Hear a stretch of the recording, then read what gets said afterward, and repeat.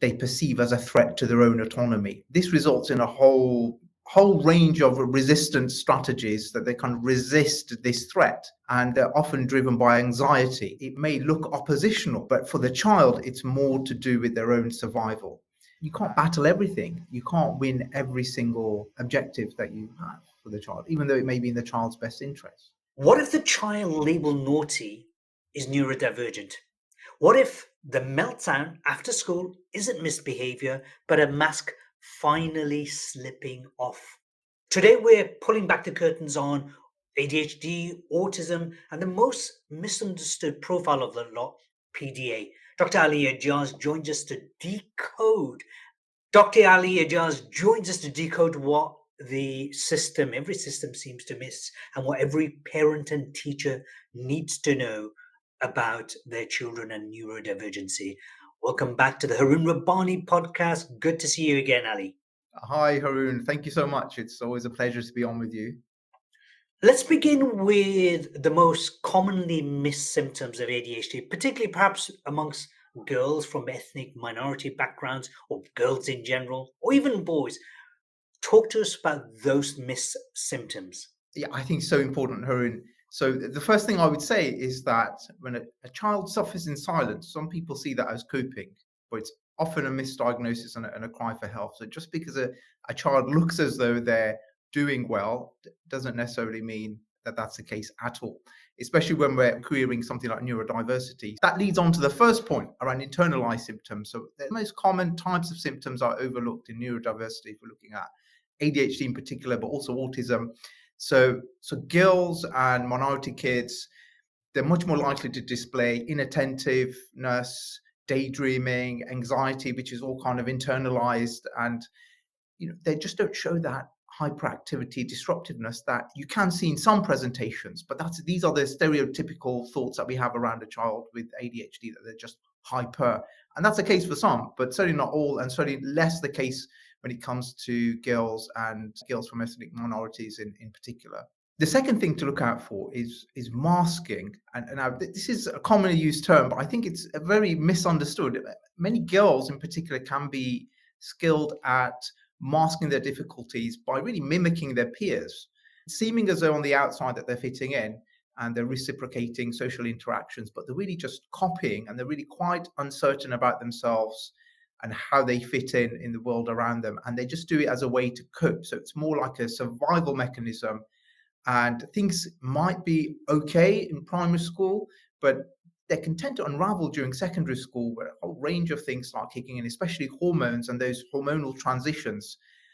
And then they're much more likely to feel depressed, or much more likely to feel anxious, and things can get a lot worse. And girls who seemingly were coping okay in primary school can really start struggling when it comes to secondary school and beyond. And I guess the third point around children from ethnic minorities, cultural expectations around health shape perception. And kids can easily be labeled as a behavior being just part of immaturity, or just from a cultural background, and just missed because it's the stereotypes that we have around what the other behaves like can be really problematic. So it is complicated, and I think just trying to be open-minded and trying to take a child on face value, trying to take a child individually rather than something that they're representing a collective, that all girls should be like this, or all people from a certain culture should be like that, is something we need to work a lot more on. Many parents see their children as perhaps impulsive, inattentive, emotionally reactive, maybe even bad behavior. Parents and teachers as well. How do we distinguish between typical childhood behavior and clinical ADHD? It's not about a child who won't behave. It's a child that can't regulate properly yet. One of the most obvious signs are emotional responses that just aren't proportional.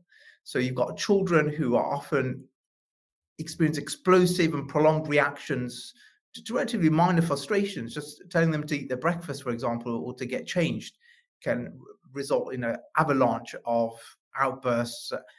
And it's just atypical. You might see that a lot more in a child that's, say, 2 or 3 years old. You hear about the terrible twos, and I've had a couple of children myself, so certainly you kind of see that. But these are phases. So if you've got an 8, 9-year-old who's still behaving like that, it's out of proportion. It's excessive, and exaggerated emotional responses is really there at the top of the list. And really, it's these behaviors are consistent and pervasive. And what do we mean by that? We mean that they're there across all settings. So home, school, social situations, that you can see that there's some level of impairment. Now, it might not be the same presentation in each setting, but there's something not right that is consistently following this child around wherever they go. And these are things that can often be subtle, but if you take a closer look, you can see that there is a pervasiveness, a consistency around there. And this is really encapsulated within the diagnostic criteria when we're looking at something like ADHD, that you need to have the symptoms that are in multiple settings, not just one settings, and are there persistently observed for at least 6 months and being inappropriate to someone's developmental age. They're the really key areas that need to be present when we're looking at what is normal, what is just being a child, and what is something that it represents a bigger problem like a neurodevelopmental disorder. There's growing talk of emotional dysregulation as a course part of ADHD. It's not just a side effect, it's actually something central to it. Could you unpack that for us, please? Emotional dysregulation. I'm pleased you mentioned that, Harun, because what I often like to say is when ADHD walks into the room, big feelings often come with it. And emotional dysregulation is encapsulated in the same brain systems that affect attention, focus, concentration. So they are central to how someone with ADHD, someone with autism can present.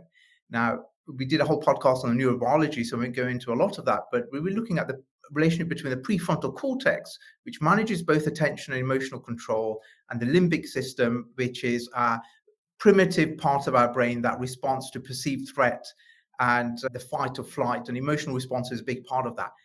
Your prefrontal cortex underactive, your limbic system is overactive, and this means emotional outbursts are a lot more frequent. So how can this manifest? So this can often manifest in dysregulation when it comes to just the day-to-day things. So the children may easily cry, rage without warning, or struggle to return to baseline after a few minutes or a few seconds. And parents often feel as though they're walking on eggshells because small changes can provoke and evoke big reactions. And often there's a big guilt around parents when it comes to behaving that way with their children, because it's not normal. It's a collaborative thing. Children should look up to their parents and work with their parents. But often when it comes to neurodiverse kids who are misunderstood, that can be flipped on its head. You're watching and or listening to the Harun Rabbani Podcast, and one of the biggest reasons I'm interested in neurodiversity is this, that I myself have ADHD and I've seen other family members with various neurodiverse conditions. And it can be destructive and soul destroying when it's not addressed earlier on. And even in later on in life, just knowing that certain symptoms exist, knowing that this is how we think and behave, well, all of these are very useful to know. And also the other thing is, of course, as an entrepreneur, I'm very much aware that a disproportionate amount of great leaders, entrepreneurs, pioneers, inventors happen to be neurodiverse. So why not explore the conditions in which we can create to help people with neurodiversity, especially with young people? Ali, let's talk about PDA. It's often misunderstood even within the autism community. What are the defining traits of PDA within a child, and how is it different from traditional autism symptoms?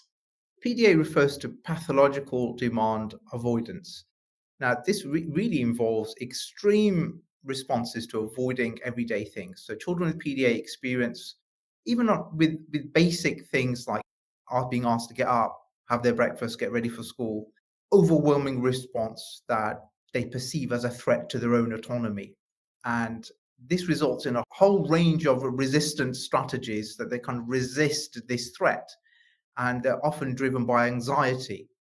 It may look oppositional, but for the child, it's more to do with their own survival. And for parents, this can be really challenging on a day-to-day basis, really grinding, that they just think, what's wrong with Billy, Joey, Sally? I can't get them ready for school. We have to go through this whole eruption every single morning. And it's very tiring, not only for the child, but also for the parent as well. And when it comes to autism, we're much more likely to see PDA in autism.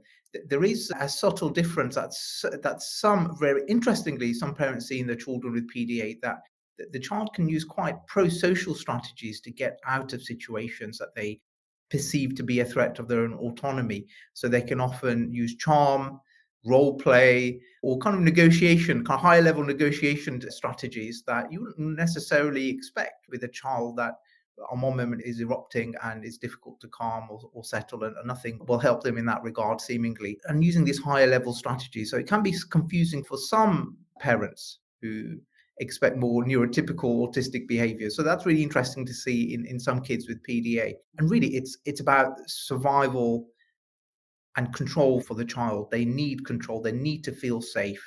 And these behaviors are there to protect themselves because they just haven't developed the skills to articulate how they feel, to negotiate and collaborate with the parent to find a safer space. It is a more of a primitive response, but it is extreme in the way it manifests.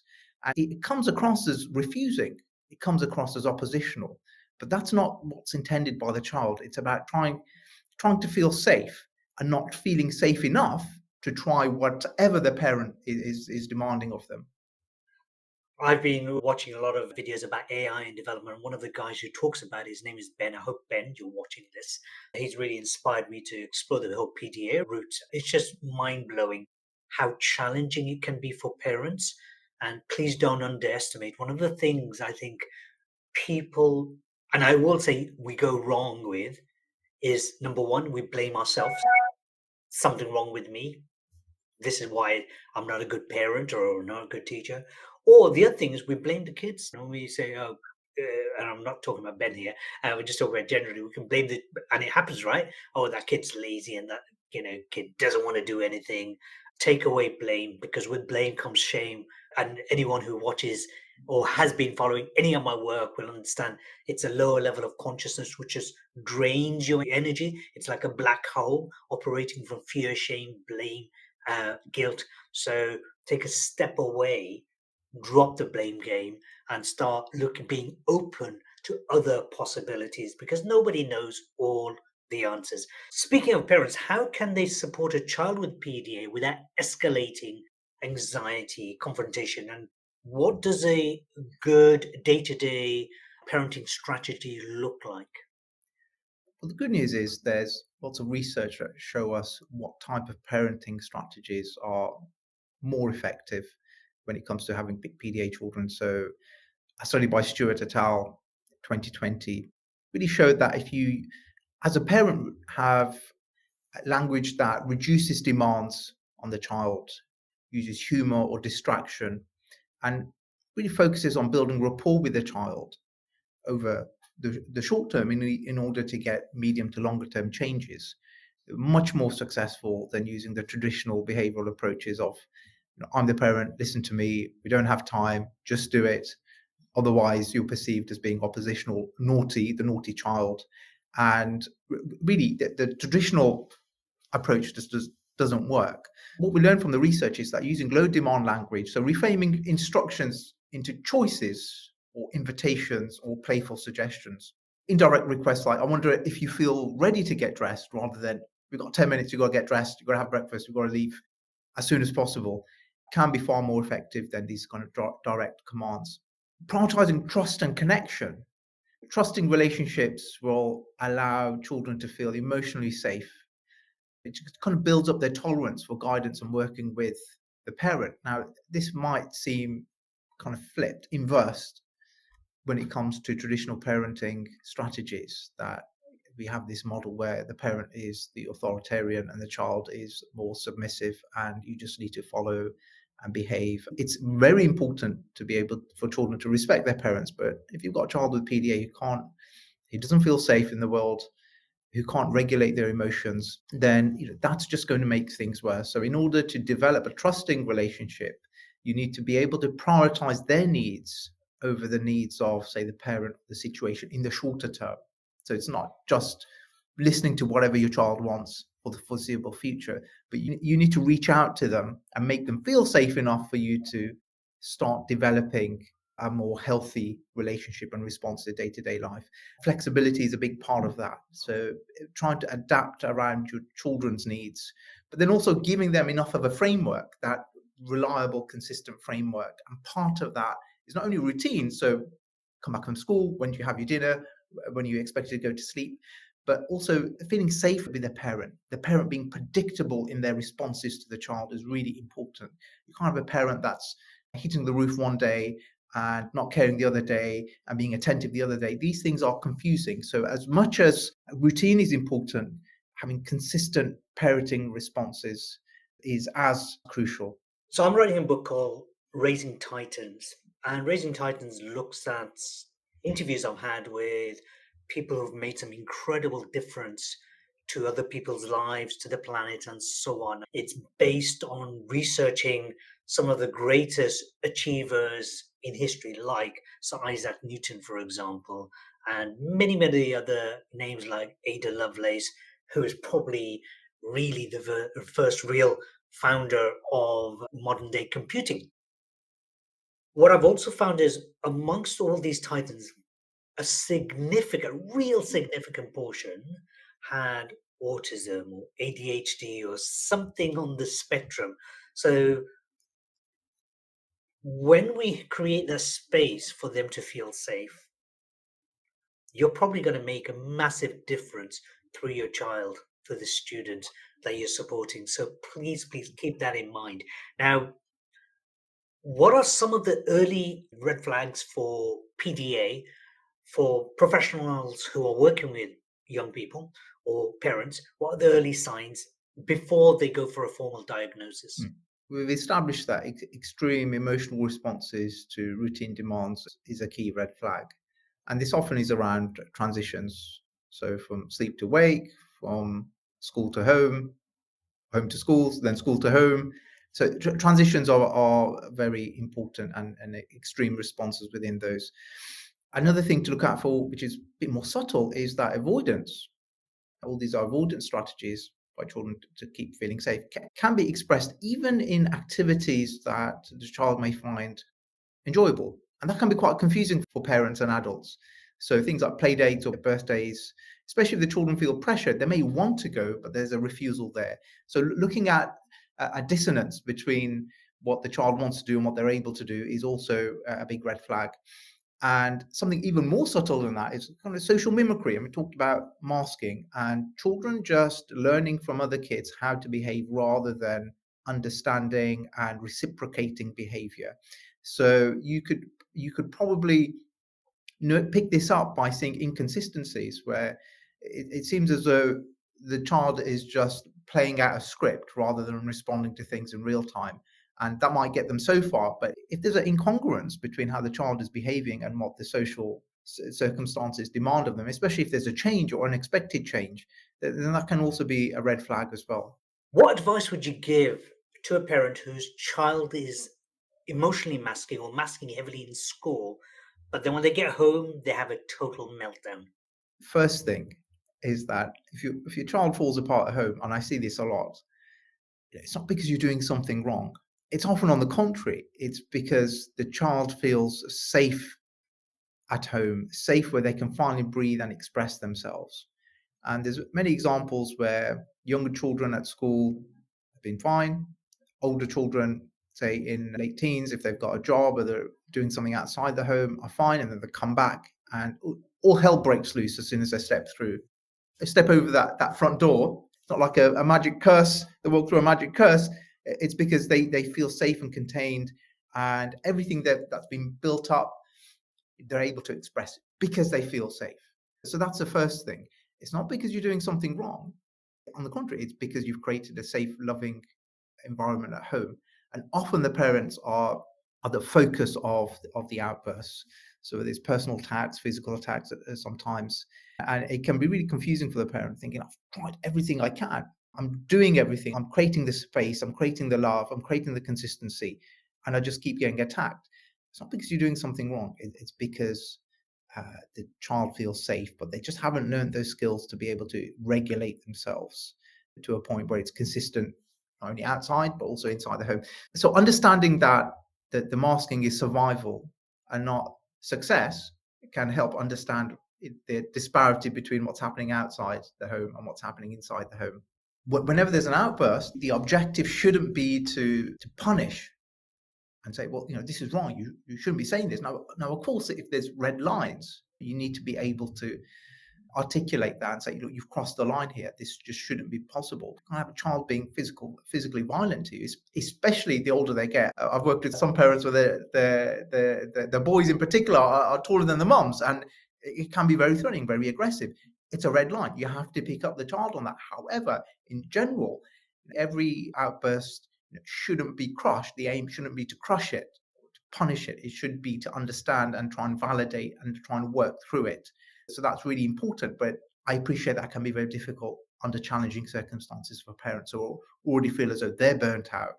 And then if we're talking about a child at school, then trying to collaborate with the school and trying to articulate some of the challenges at home and how perhaps they can support the child maybe more with rest breaks, more with increased support, more with the way that they're taught and supported at school with the work to try and minimize what happens and that build up and minimize what happens at home. These are, I think, some effective strategies that parents can think about and try to implement.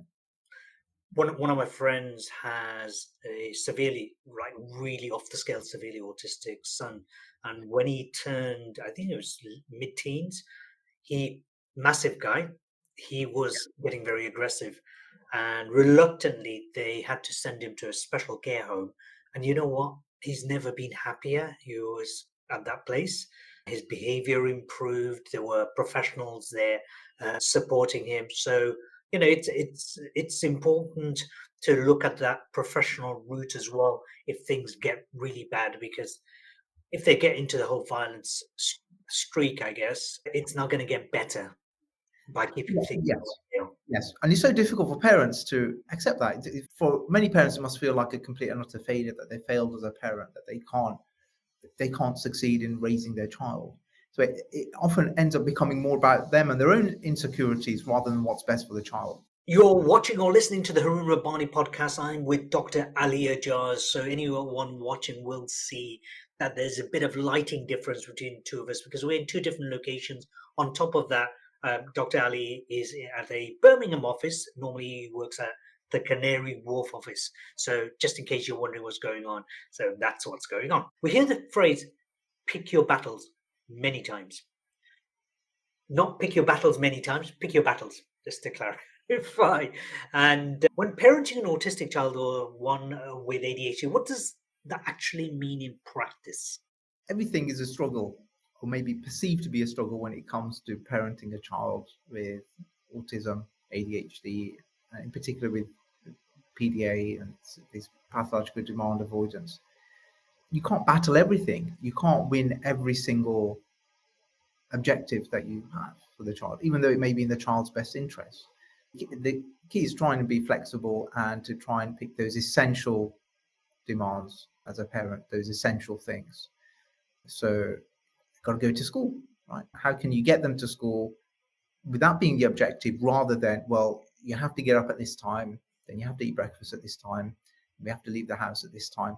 Rather than micro-managing the child, trying to take a step back and say, well, the objective is to get to school with the minimum distress, both as a child and the parent, trying to be a bit more kind of creative around how you achieve that. It's hard work at first, for sure, because it's an extra demand on the family dynamic. But in the medium to longer term, it usually pays dividends. So being able to develop that trust in the shorter term will allow the longer term to be more fruitful, less intense, and you might still get days which are difficult, but the aim is to get more better days. If you're challenging everything, if you're resisting every resistance of the child, then it's just going to lead to escalation. That can be avoided in the medium to longer term by being flexible, by having more general objectives for the day rather than specific ones, and really letting go of non-essential demands. In your experience, how does socioeconomic status affect access to ADHD or autism diagnosis and support within the UK? What's very clear from the research is that in neurodevelopmental care, poverty costs time, and time is everything. A study by Russell et al. In 2014 showed that children in the UK, and in England more specifically, from more deprived backgrounds were less likely to be diagnosed early and more likely to experience delays in accessing specialist care. And this underscores a bigger picture around systemic bias and resource scarcity when it comes to people living in more deprived areas and neurodevelopmental diagnosis in particular. So it's a big problem. Assessment pathways are slower for lower income families. The advocacy gap is much wider. If you're a parent who has money, you can pay for a private assessment. It's not a problem. You can advocate for EHCPs, which is a legal binding document for children and young people from 0 to 25 who have special educational needs and require additional support. You can advocate for that. But if you're a parent who isn't aware or doesn't have the confidence or the time or the finances to argue for your child, to have the knowledge around these things, you're going to struggle. Support services also are unequally distributed. It's a difficult thing to admit these days, but in 2025, as we're recording this, we still live in a postcode lottery when it comes to health and healthcare provision in the United Kingdom of Great Britain. This is a fact. It's a difficult fact for people to accept, and there's a lot of denial around that. Areas with higher deprivation have fewer educational psychologists, have longer CAMS waiting lists for assessment, and less specialist provision in schools. And the gap is just getting wider and wider. The problem is getting bigger and bigger. So, what are the most critical training gaps for teachers when it comes to recognizing and adapting to neurodiverse students in mainstream education? This is a growing problem. I think one of the most difficult jobs out there is to be a teacher. And what we're seeing in mainstream schools now, the percentage of children with special educational needs, with undiagnosed neurodevelopmental problems, is just increasing and increasing. And there's a greater demand on teachers, which is already the most difficult job in the world, I think. It's just getting harder. So with class sizes increasing, complexity of children's needs increasing, teachers are much more likely to miss out on the quiet presentations of neurodiversity, the high functioning students, the girls that are better at masking, have inattentive internalized symptoms. I think it's easy to say education. So teachers being aware of these is always a first step, but being able to practically implement the knowledge you've got in an increasingly hostile situation is very difficult. Schools, by their design, are quite a hierarchical system, that you have a teacher that you respect, there's a head teacher who you respect even more, there's a clear hierarchy, and there's a whole set of expectations. You need to sit and you need to learn, and then you get a break, and then you need to come back and you need to sit and you need to learn. It's a very rigid structure, and it's very hierarchical, and that can be very challenging for kids with neurodiversity, and a lot of them just don't fit into that. However, because it's that way inclined by design, children who don't fit with that seem to be troublemakers, seem to have problems with oppositional behavior, just naughty kids. And the system and the structures just don't allow as much flexibility to support these children. It's a bigger system-wide issue that's there, and it's easy to put the focus on teachers. I just won't do that. There are practical strategies if the money is there. Having support, extra support, teachers who have expertise in supporting kids with neurodiverse needs, having separate classes and space for kids to go and either be taught in a slightly different way or to be able to calm down, relax, low sensory, low stimuli environments, but only if the money's there. So strategy, we know what to do. We know what to do to help with these children, but it needs to be backed by government and investment, and a recognition that this problem is getting bigger and bigger, and we just can't keep our heads buried in the sand any longer. You've worked in forensic psychiatry as well as clinical settings. You know that. The audience probably doesn't. How do early childhood interventions, or lack of them, shape long-term outcomes such as the risk of exclusion or, very importantly, criminalization? I'm really pleased you brought this up because you'll be shocked by this. And I've seen this in my own practice and my own experiences over the years. But the research also shows this very clearly. So there's a study review by Young et al. In a paper released in 2015. They found that the prevalence rates of ADHD in incarcerated populations, so those people in prison, was 25%.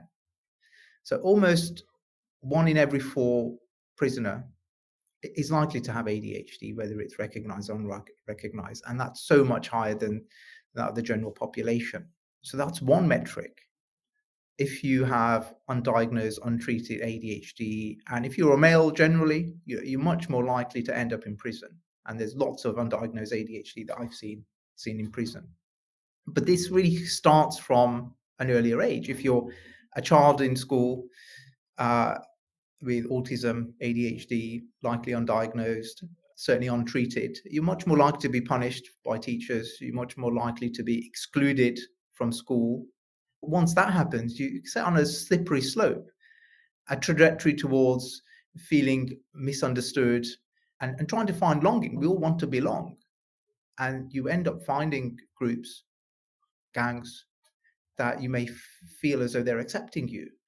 But that's only going to head one way, to crime and to trouble. Once you get into the system and once you feel unsupported and once you keep getting punished, then things can be a lot difficult for you. So we see that being part of the criminal justice system much higher in undiagnosed, untreated autism and ADHD. Having better detection, and the researchers have shown this very clearly, that if we detect kids who are struggling in this way and try and understand why, you can really avert that trajectory into the system for life often. And moving away from crime, if we just look at health parameters for kids who become adults with ADHD, are not good. And if you look at the most devastating one is a life expectancy. You're much more likely to have a lower life expectancy with undiagnosed, untreated ADHD, autism, neurodevelopmental problems than the neurotypical peers.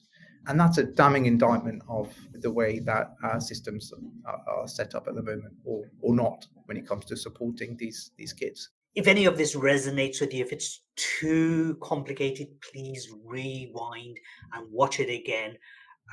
If it's too easy, make sure that you don't just keep it to yourself. Please share it out. This is vital information. So if you know a parent or a teacher who is looking after or raising one or more young person or people who have got ADHD, autism, then make sure they get to watch or listen to this podcast episode. One final question for now, Ali. We can cover this for hours and hours. I know that. So many of these kids are actually highly gifted, which I get to see.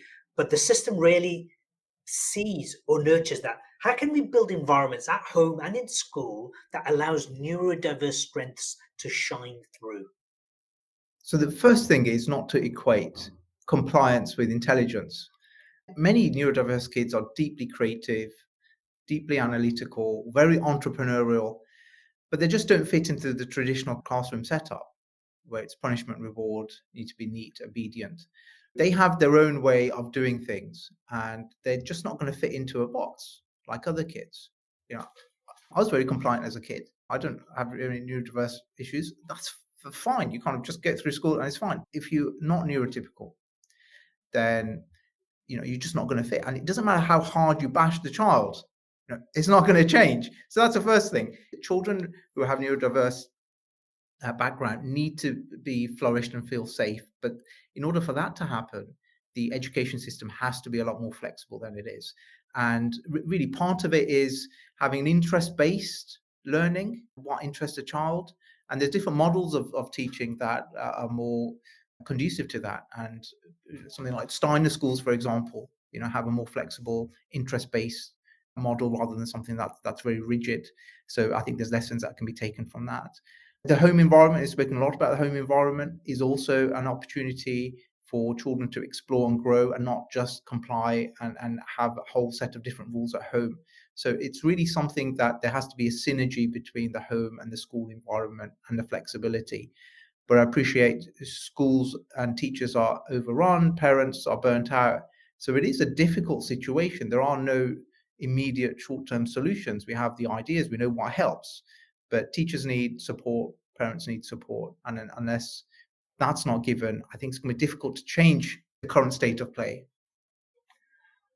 Dr. Ali Ajaz, thank you for this almost quick fire round about neurodiverse young people. We can do an entire series, but we won't.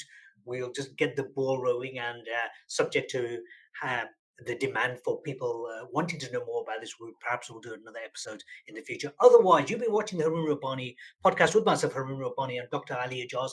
Make sure you tune in next week. We've got lots of stuff going on, and make sure you listen to the other episodes. Thanks for watching. Bye for now.